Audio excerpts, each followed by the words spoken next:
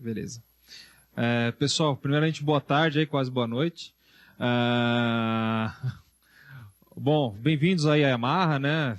Espero que ninguém tenha ido lá na rua Joaquim Floriano e depois vindo para cá. Porque o pessoal vê lá no auditório da Yamaha, né? A gente ficou por muitos anos lá no endereço antigo, mas a gente se mudou para cá desde novembro do ano passado. Ou dezembro, acho que é dezembro do ano passado. Então, esse auditório está bem novo, né? Assim, a gente utiliza ele tanto para workshops como para showroom. Então, assim, praticamente mensalmente a gente tenta fazer workshops da Yamaha por aqui. E agora é nesse endereço, não é mais na Joaquim Floriano. Lá virou outra coisa, nem sei o que é, mas não é mais Yamaha lá. Yamaha está somente neste endereço agora, aqui atrás do shopping da Vila Olímpia mesmo. Está na Fidêncio Ramos. Tá? Bom, eu preparei aqui uma sessão, vamos dizer assim, né, toda uma série de slides, falando sobre Dante, não se aplicando apenas a Yamaha, mas se aplicando a Dante em qualquer marca, seja ela qual for. Né? Então, até onde o Dante pode chegar, o que ele possibilita, quais as informações que ele trafega, qual tipo de cabo que eu utilizo, qual tipo de switcher, quais são as configurações que eu preciso fazer num switcher numa rede grande, eu preciso fazer configuração num switcher para rede pequena, sobre latência, sobre fase, sobre tudo isso, como que funciona dentro da rede Dante. Então, assim, meio que um resumão, né, só para informar para vocês o conteúdo que a gente preparou, é mais ou menos isso. É claro que, Matheus, eu queria saber como é que eu faço para configurar o Dante numa CL, como é que eu faço para configurar o Dante numa QL. A gente consegue resolver essa pergunta também, mas dentro do meu escopo, dentro dos meus slides, eu vou falar principalmente sobre Dante mesmo. Com alguns exemplos da Yamaha, claro, mas vai ser o assunto principal de hoje, tá bom? Aí mais para o final mesmo a gente dá uma oportunidade para dúvidas especificamente das mesas, né? Mas eu vou pedir para as dúvidas serem concentradas pro protocolo de rede, não para os consoles, que é o assunto principal mesmo, né? Já que está sendo gravado, né? Para o pessoal que está assistindo não viajar muito, né, no assunto nesse sentido. Aí depois, mais por final, estou com dúvida de console. A gente resolve sem problema nenhum. Mas no meio eu vou pedir para a gente dar uma segurada aí. Tá bom? Mais por causa do pessoal que está assistindo a gravação. Bom, eu não me apresentei, né, mas eu sou o Matheus Madeira, né? Trabalho na Yamaha já há 3 anos, né? Nessa parte de suporte, né? E também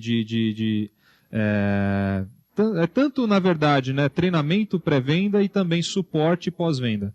Então, a gente trabalha muito nessa parte de suporte. Basicamente, eu estou fazendo hoje a mesma coisa que o Aldo fazia. A gente já trabalhava em paralelo já, né? Eu e o Aldo, e hoje eu também estou focado mais no ao vivo, né, mais para o live. A gente tem mais outra pessoa aqui dentro, que é o Juliano, que cuida mais de instalações e broadcast, né, que atende pro áudio também, as mesas digitais nesse sentido.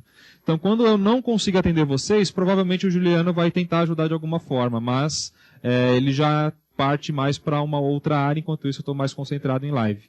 Mas a gente está dividindo essa tarefa por enquanto. Tá bom? Seguindo aqui. Vamos lá. Primeira coisa, né? O que afinal é Dante? Então, quem não teve a oportunidade de encontrar ele por aí, com certeza vai encontrar algum dia, né? Hoje a gente já tem aí mais de 300 marcas que trabalham com a rede Dante, no total, entre áudio, vídeo e outros segmentos. Tranquilo. Tá. Tem ali o do meio, para pagar a próxima fileira aqui. Não precisava, só apertar, ele vai no máximo do dimmer ou no mínimo do dimmer. É que o que apaga essa outra principal aqui vai apagar todas, aí para filmagem não vai zoar. Que seria esse outro isolado aí. Tá tranquilo? Beleza. Então, assim, se você não encontra Dante hoje, com certeza vai encontrar. Por quê? A ideia da rede, na verdade, rede em áudio, né? Áudio via rede já existe há muito tempo, né? Tanto que a primeira mesa digital dedicada para o ao vivo que a gente conheceu por aí foi a PM1D, que já trabalhava com áudio via rede. Né? A gente está falando de mais de 20 anos atrás. Então, áudio via rede, na verdade, não é uma novidade para ninguém. Mas sempre houve o quê? Um protocolo proprietário de rede. Então, cada fabricante tinha o seu próprio código, vamos dizer assim, né, de comunicação, e isso não era aberto para nenhum outro fabricante. Isso daí ficava apenas segmentado nele. Começaram a surgir depois alguns protocolos de rede que eram comuns em vários desenvolvedores.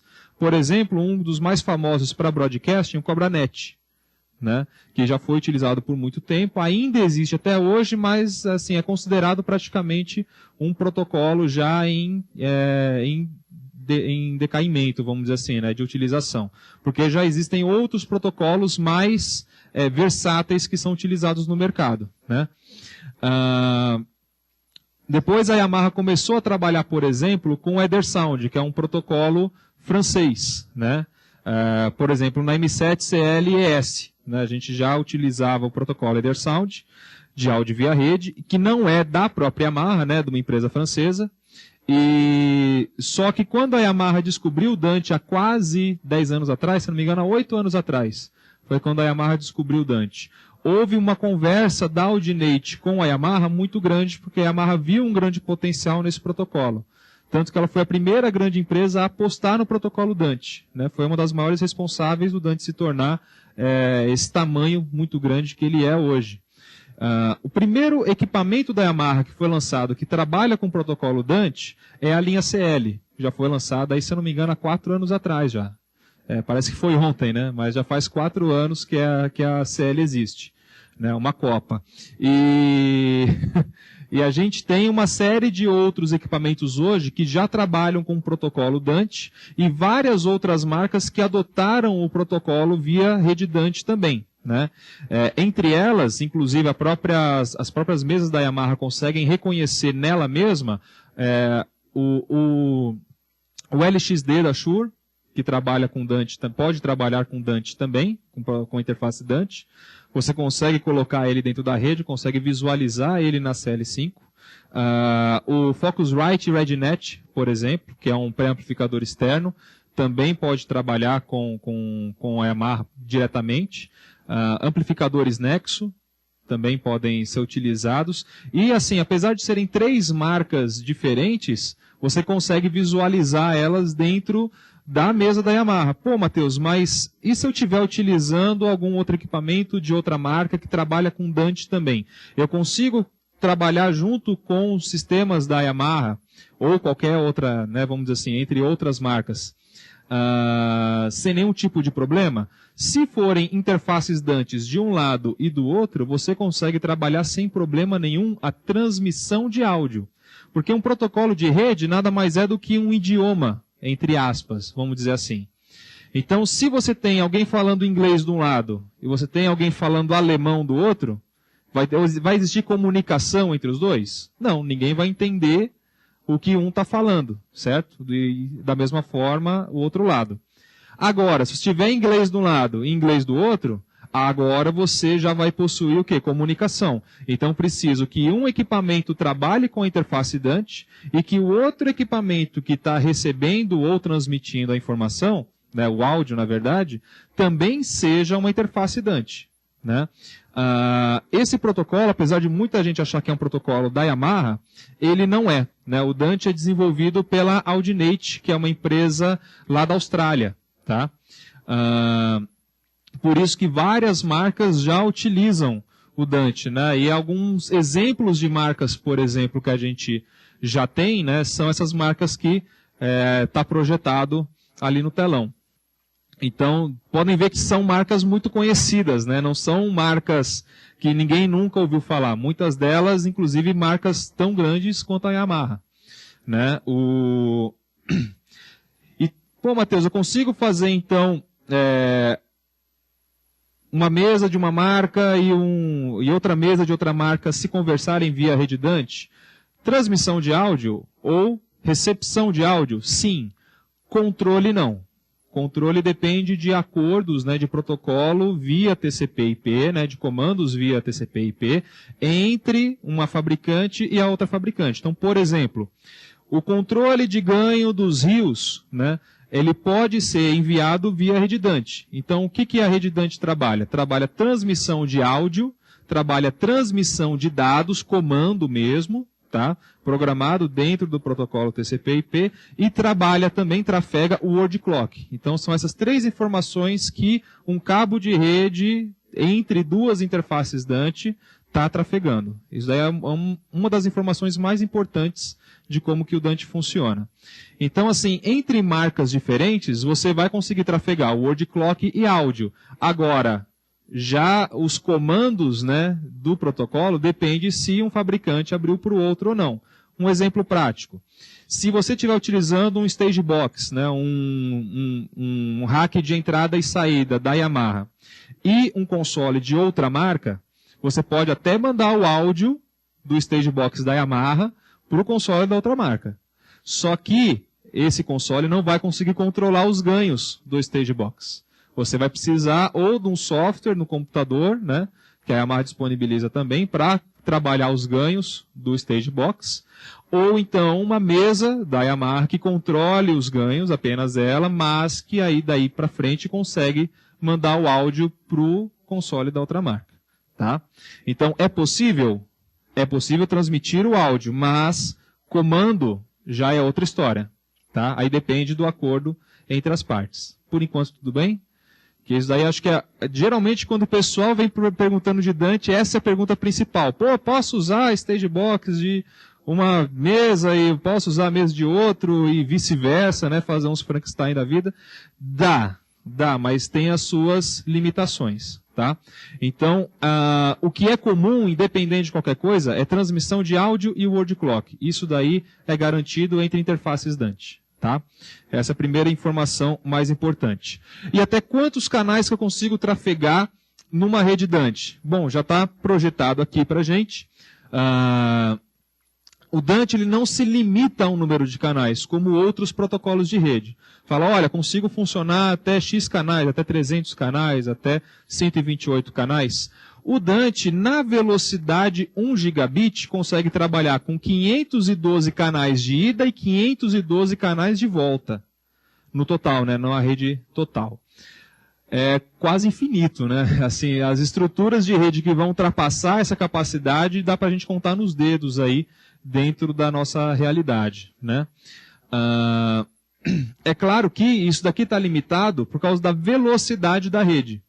Como o Dante trabalha em cima do protocolo TCP/IP, então significa que se a gente tiver uma mudança de hardware na parte de TI, né, de cabos de rede, switchers e etc., e a própria Audinate lançar interfaces que trabalhem com, por exemplo, 10 GB, a gente vai aumentar essa quantidade de canais que é trabalhado no Dante hoje. Né? Então vamos supor que daqui a alguns anos, ao invés de 1 gigabit, a gente tenha como padrão a internet não, né? A rede Ethernet, né? Na velocidade 10 GB. Dante está pronto para trabalhar? As interfaces antigas não. Aí o pessoal da Audinate tem que fazer interfaces que trabalhem em 10 GB, né? Aí assim que eles fizerem essas interfaces, a gente vai ter uma rede em 10 GB trafegando muito mais canais do que a gente trafega hoje com redes de 1 GB.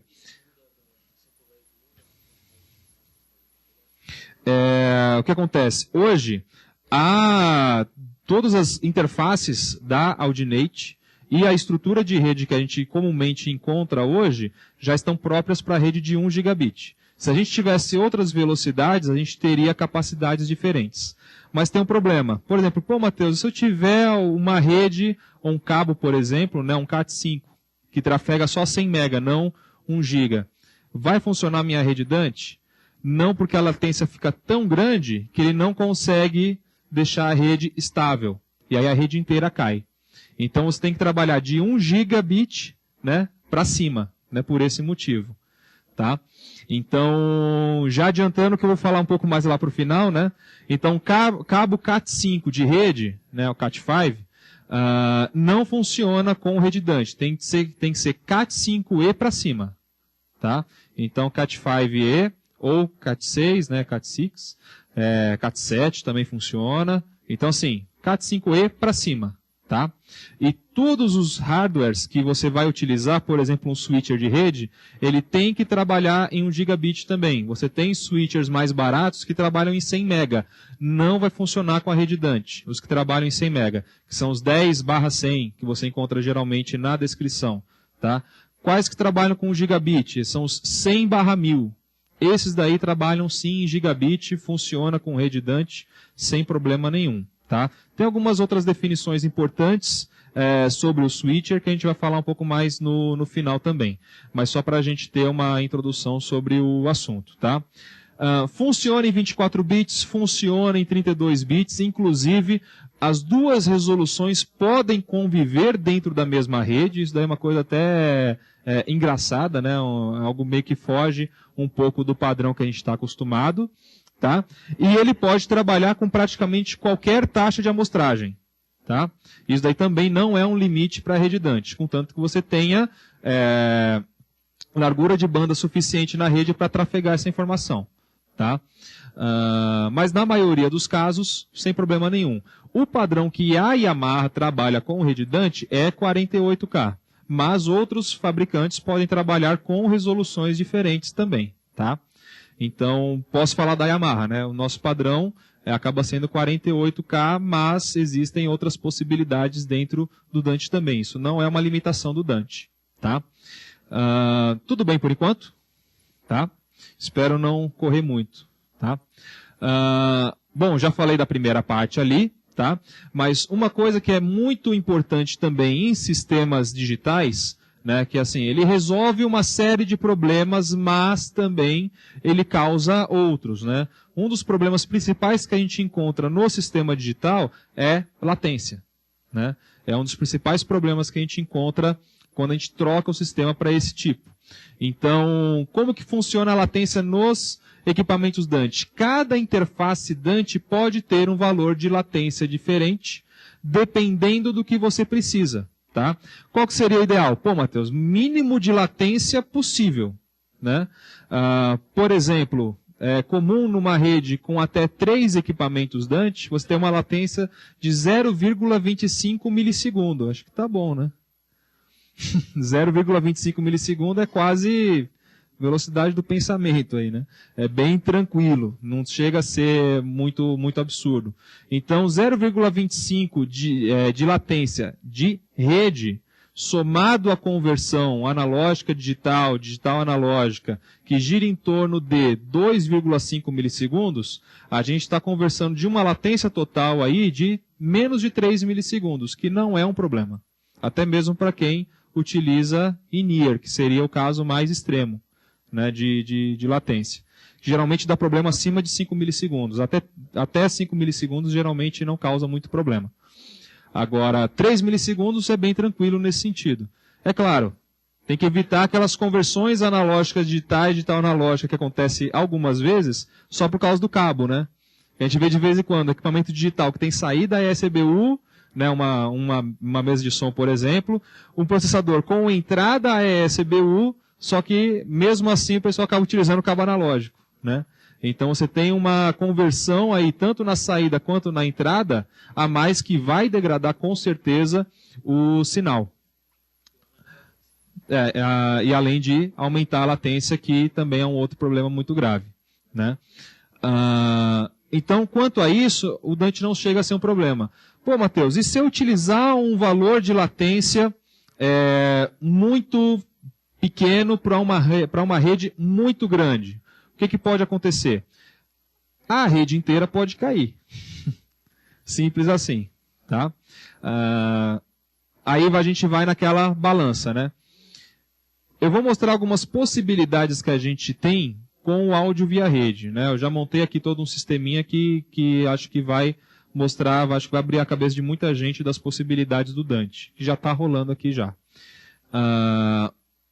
Enquanto a flexibilidade, a gente tem bastante coisa bacana. Só que a gente tem que se readaptar um pouquinho do que a gente estava acostumado. É mais ou menos, a gente está passando por uma transição, gosto de fazer essa comparação, mais ou menos como a gente passou na transição da mesa analógica para a mesa digital, né? Então, essa transição que a gente está passando para multicabos analógicos, para conexões analógicas, para um protocolo de rede unificado, todo mundo trabalhando com áudio digital via rede, acaba sendo uma mudança provavelmente tão grande quanto a que a gente teve de mesas analógicas para mesas digitais. Por quê? Porque os procedimentos precisam ser revistos. Não dá para continuar trabalhando da mesma forma que era trabalhado só com analógico. Então, vamos pegar até mesmo do caso mais simples. Hoje em dia, a gente precisa saber como é que se clipa um cabo de rede. Antigamente não era necessário isso, né? Hoje, por exemplo, eu montei aqui um sistema que está trabalhando com 32 canais analógicos, 32 canais do meu computador, chegando em 3 mesas diferentes, tá? E com, deixa eu ver, 1, 2, 3, 4 dispositivos diferentes de entrada e saída. Tudo isso daqui me trouxe uma necessidade muito grande de cabo de rede. Sabe quantos cabos analógicos eu estou usando nessa ligação aqui hoje? Deixa eu ver, são 1, 2, 3, 4, 5, 6. Estou usando 6 XLR e estou usando 12 cabos de rede aqui. Então, assim, olha como que a gente já está tendo uma mudança bem considerável nesse sentido. Não consigo me esquecer, por exemplo, de uma AES que a gente levou, acho que 30 cabos de rede e uns 5 cabos XLR. 5, 6, por aí. E olha que o cabo XLR estava superdimensionado já, porque era só mandar para 2 caixas. Não precisava mais de tanta coisa assim. Então, a gente chegou numa era hoje em que os procedimentos estão sendo alterados, né? Então, hoje alguém, por exemplo, um técnico de locador que vai utilizar um sistema de rede DANT grande entre várias marcas diferentes, vai precisar ter um conhecimento mínimo de TI para configurar um switcher de rede, por exemplo? Vai. Tá? É claro, não precisa fazer o curso, né, de, engenharia elétrica com ênfase em telecom, né, ou então curso de TI, né, estruturação de rede. Não chega a ser necessário este nível tão grande. É claro que quem quiser fazer, faça, né? Até recomendo mesmo. Mas quem não tiver esse tempo, né, quem não tiver essa disponibilidade, existem várias outras opções muito interessantes. Não sei se existe ainda, mas tem um curso do Bradesco de estrutura de rede que é online e gratuito, que é bem interessante, muito bacana, e já fica a dica, inclusive, para quem está assistindo a gravação aí, de dar uma procurada nesse curso, que é bem interessante para a gente, assim, é algo bem simples e que resolve as configurações que a gente precisa fazer no dia a dia, principalmente com o protocolo DANT. Então, assim, numa estrutura de rede, né, falei tudo isso para chegar até esse ponto. Numa estrutura de rede a gente tem 8 ou 80, né, 8 ou 80. Tá? Não tem muito o que fazer. Então, por exemplo, num cabo analógico, pode acontecer de cair apenas um canal, no multicabo analógico? Claro, né? Pode cair 1, 2, só 3, só 4 canais, ou então sinal chegando com ruído pode acontecer? Pode também. E não é comum entre todos os canais, né? Agora, no multicabo digital, no áudio via rede, você tem 2 extremos. Ou você tem tudo lindo, maravilhoso, sem perda, sem ruído, sem nada, ou você não tem absolutamente nada. Nenhum canal, 0, né? O máximo que pode acontecer de aviso é de você não configurar corretamente o word clock e ele acusar isso com aqueles ruídos, né, do word clock mesmo, né? Como tivesse meio que saindo radiofrequência, mas é claro que não tem nada a ver uma coisa com a outra, mas o ruído é muito parecido, né? Então começou a dar essas rateadas, né, vamos dizer assim. O jitter, né, de word clock é o único aviso, vamos dizer assim, né, que existe no digital para avisar que o sistema pode parar. Tá? Agora, todo o resto é 8 ou 80. Outra pergunta que muita gente me faz também: Matheus, quanto que eu posso confiar num sistema digital? Quanto que eu posso confiar no protocolo DANT? Se eu usar ele no evento, qual que é a probabilidade do meu sistema cair? Qual que é a probabilidade do meu sistema continuar funcionando? Existem algumas observações sobre isso. Eu já vi gente, por exemplo, gastando 150 mil reais num sistema todo, né, da Yamaha, e não querendo gastar 2 mil reais num switcher de rede. Querendo gastar 200 reais.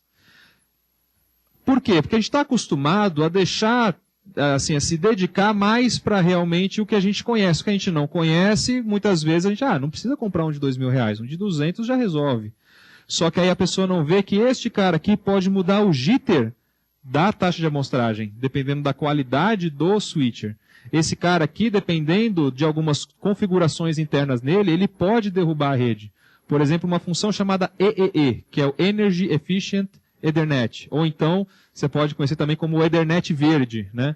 Que é bem simples, né? Se ele vê que as informações são as mesmas que são trafegadas ali o tempo inteiro, ele resolve economizar energia e desligar. Simplesmente isso. O switcher decide desligar e, é claro, vai interromper o áudio, isso daí depois de algumas horas, né? Então, essa função, ou ela tem que ser desabilitada, ou então tem que ser adquirido um switcher que não tem essa função. Existem alguns switchers, por exemplo, que têm essa função e você não consegue desabilitar. Então, tem que ficar esperto com isso também, tá? E é claro que os caseiros, as marcas mais simples, né? Você pode ter um pouco mais de problema. Entendam o seguinte, gente. Toda a sua estruturação de áudio, tudo que está trafegando no seu sistema inteiro, está passando por esse cara. Então, eu acho que tem que ter, sim, né, um pensamento de um investimento um pouco mais importante nesse cara. Porque ele que está, o switcher, né, que está gerenciando tudo isso. Então, não dá para comprar qualquer coisa e achar que não vai dar problema no show. A gente está falando de um sistema que pode ter tudo ou não pode ter nada. Então é bom não arriscar com marcas mais simples. Tá? Primeira dica é essa. Segunda, cabos. Né? Assim como nos cabos analógicos, os cabos digitais, dependendo da qualidade, dependendo do cuidado que foi feito o conector, do tipo de conector, ele pode derrubar o sistema e se não foi feito de uma maneira séria, vamos dizer assim, ele vai derrubar o sistema. E a gente não está falando de um canal, a gente está falando de todos. Né? Então, se eu chegar, por exemplo, desplugar ali o cabo de rede da CL, ou então esse cabo tiver com um mau contato, eu perco todos os canais que estão chegando na mesa. Então, assim, falando sobre tudo isso, pô, Matheus, então todo esse sistema ele parece muito frágil, ele não me parece muito confiável, porque se eu clipar um cabo errado, eu perco todos os canais. Realmente parece isso se você estiver trabalhando num formato chamado Daisy Chain, que é o formato cascata, né? Que eu vou explicar mais ou menos como que ele funciona lá para frente, tá? Toda a interface Dante, ela possui duas portas, tá, gente? A porta primária e a porta secundária, tá? A porta primária e a secundária, no formato Daisy Chain, tem exatamente a mesma função. É como se fosse um jump, né? Um through no cabo analógico, né? Fazendo um comparativo aí, né? Uma metáfora. É como se fosse o cabo analógico lá com uma solda interna para você poder jogar para uma outra caixa, por exemplo. É a mesma coisa. No formato Daisy Chain, no formato cascata, você tem uma conexão direta de um para o outro. Concordam comigo que um switcher é exatamente isso? Ele recebe o sinal aqui em né? E ele vai repassar para as outras conexões. É claro que um switcher ele vai analisar esse sinal antes de repassar para a saída. Tá? Se bem que esse cara aqui também vai fazer isso, no caso da interface Dante. Tá? Então, esse cara conta como um switcher também, no formato Daisy Chain. Eu posso, por exemplo, ligar porta primária com porta primária? Posso. Primária com secundária? Posso. Secundária com secundária? Posso. Isso daí não tem problema nenhum. No formato Daisy Chain, tanto faz. Qual que é a única exceção aí no meio do caminho? É que se por um acaso houver controle via rede, né, baseado no protocolo TCP/IP, geralmente os equipamentos trabalham com essa interface de controle através da porta primária. Tá? Então, por exemplo, se eu quiser controlar o Nuendo Live da QL5, né, quero controlar o Nuendo Live que está no meu computador, aqui através da interface da própria QL5. Eu consigo fazer isso somente se eu plugar o meu computador na porta primária. Se eu plugar na porta secundária, eu não consigo ter esse tipo de controle. Vou receber o áudio normal, só que eu não consigo realizar aquele controle via TCP/IP. Tá? Existe um outro formato que resolve esse problema, tá? Que é o formato redundante. A partir daí, quando você coloca o formato redundante, a porta secundária não é mais um switcher, ela não está mais repassando a informação. Você, a partir de agora, fez literalmente uma divisão no sistema. Agora você tem dois sistemas de rede. Então, como que funciona? Formato muito simples também. Todas as portas primárias de todos os equipamentos Dante que estão sendo utilizados têm que ser concentrados em um switcher. Tá? Então, saiu primário desse cara, entrou aqui. Saiu primário desse cara, entrou aqui. Saiu primário desse cara, entrou aqui, e assim por diante. E eu vou precisar de um segundo switcher para ter uma redundância real. Tá? E nesse segundo switcher, eu vou conectar todas as portas secundárias do Dante. Então, eu vou pegar a porta secundária aqui de todos os mesmos equipamentos e conectar no outro switcher, para ter uma rede redundante. Uma coisa muito bacana da rede Dante. Se por um acaso a minha rede primária cair, a rede secundária entra em ação. Na maioria dos protocolos de rede, o que acontece? Você vai ter uma leve interrupção de áudio, ou então, né, quando isso daí acontece, ou então um glitch, vamos dizer assim, né, quando existe essa troca. No Dante isso não acontece. Então você, auditivamente, você nem percebe que trocou do sistema primário para o secundário. Então, aí depende do fabricante. No caso do Dante Controller, ele te avisa, no computador. Agora, por exemplo, no caso da Yamaha, até a versão 2.0, se eu não me engano, não existia esse aviso na própria mesa. Hoje já existe. Se por acaso cair, tem aquela região onde fica escrito admin, quando você coloca o pendrive, fica vermelho, access. Aquela mesma região, quando cai o primário, aparece escrito secondary.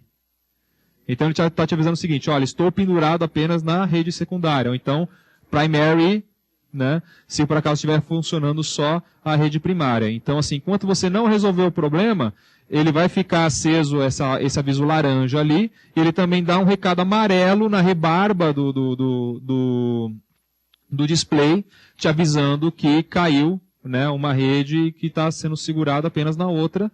Então, assim, geralmente, o que o pessoal até realmente faz? Bom, beleza, está funcionando. Só que, cara, caiu a redundância, bicho. Tem que resolver. Ainda bem que está com